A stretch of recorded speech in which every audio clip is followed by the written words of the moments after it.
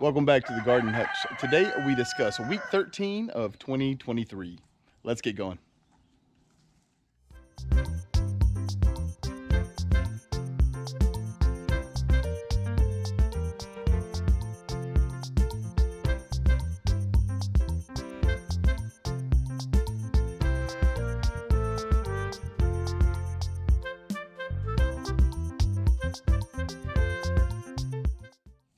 Well, week 13 was certainly busy. Let's start with the weather. All you folks here in the South and in the Midwest that got caught up in these weird storms that came through, our thoughts go out to all you folks. I hope everybody's okay. Here on the homestead, we only got about a ½ inch of rain, but we got a lot of wind. Luckily, the tornadoes were just to the east of us, but almost everybody who has family in this part of the country knows somebody who's affected. So again, we're thinking about all you folks. We got quite a bit done here on the homestead as well. It was a lot warmer than what it has been, especially the evening times. And with that comes really good growth in the gardens. So today, let's go ahead and just take a walk through and see what happens whenever the weather starts to warm up. Well, as I said, we did put together this new raised bed and we went ahead and planted it. We've got onions, mustard greens, onions, turnip greens, and onions. This is going to be predominantly for the springtime, and then about middle of May, we'll probably take all of this out. It'll be time, to go ahead and eat all of the stuff that's in there now, and then we're going to replant it with some basil, tomatoes, and peppers. So this is going to be a nice addition to the garden. We didn't really know this was going to happen. It sort of fell into our lap, so we're really excited to see where it goes. There's not much else up here. Like this bed we haven't planted anything in that. During week 14, we're going to start planting our bush beans, and they'll go on the back half down there. So look forward to that this upcoming week. We also have these potatoes to show. Now, last week, if you'll remember, we showed these and they had just barely broken ground. But as you can see, the warm evenings, the consistent moisture in the ground, these potatoes have taken off. So another thing that I'll have to get done here in week 14 is to go through and kind of heal the dirt up around the potato plants. I want to make sure that I have troughs down the sides to filter the water underneath to where the roots of the potatoes are. Also, we get just a bit more potatoes when you heal them. In my experience, it's not a huge amount more, but we'll take every extra potato that we can get. And then down here, it's difficult to see because they're so small, but we did go ahead and plant all of our dill through here. So I think we put in 14 dill plants. And then down here in the middle between where our slicing cucumbers and our pickling cucumbers are, we have 2 kale plants. I just want to see if maybe the dill will kind of hide the smell of the kale and keep the worms off of them. Anybody who grows kale in the South knows it is a challenge to do. It's always a good idea too, if you have a bird net, to use it. The chicken is in my garden. Before we move on, I wanted to show this real fast. The strawberries are starting to come up through the straw. That is fantastic news. We were afraid that we had perhaps lost the strawberries after the winter that we had, but it looks like they pulled through, which is fantastic because I didn't get any strawberries last year after cutting all the flowers to make sure the root systems got established. And I'm going to tell myself that's the only reason they survived the cold. It may not be, but it makes me feel better about it.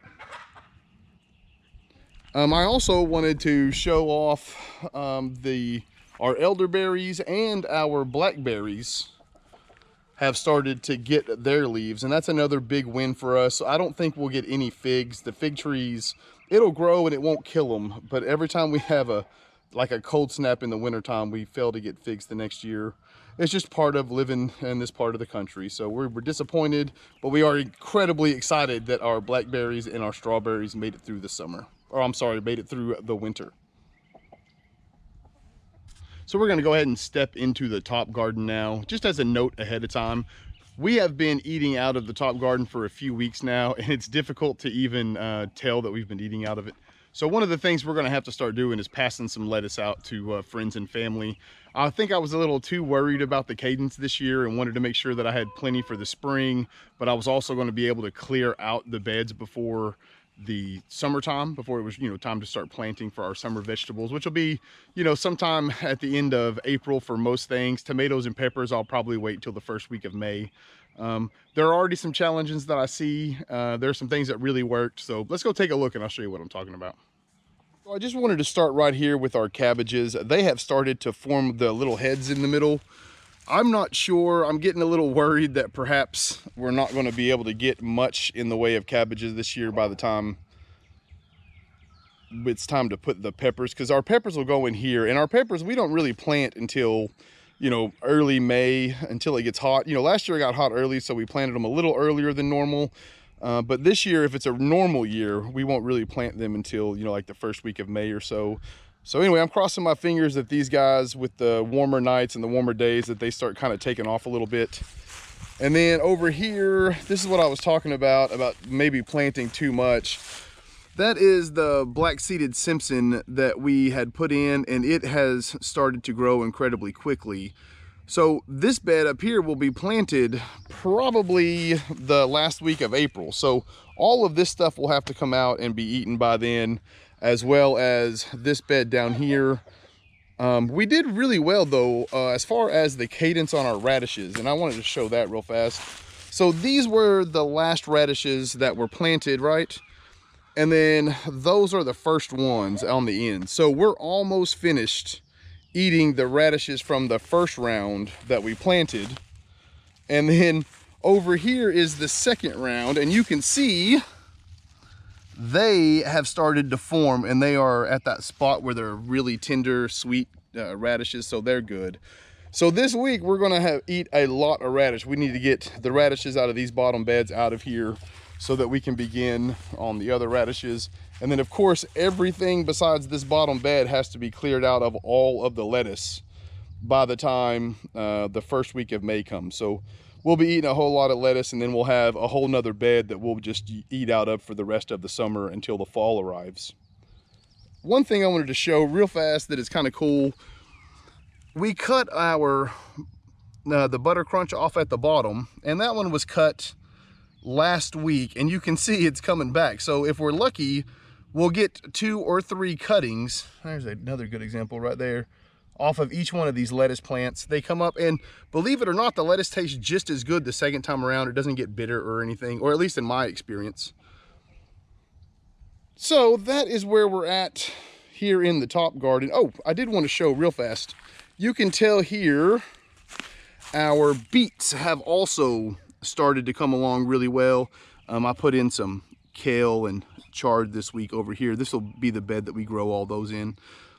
But I noticed when I came out here this morning how good our beets are looking. So what I think I'm going to do is, going forward, I probably won't start my beets until, you know, I don't know, the 1st of March, and then try to have them in the ground the last week of March.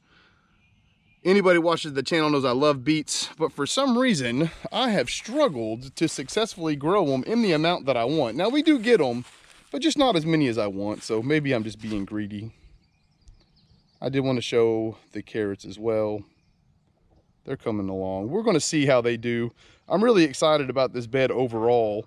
There's a few dead spots where Beansy got in here and was playing whenever we had it covered, but overall, I'm pleased with the way it went. The last 2 times I grew carrots, I overseeded, so I think I overcompensated a little bit. I probably could have put a few more seeds in, but this will only be year 3 of us growing carrots, so I am pleased with the progress that we've made so far.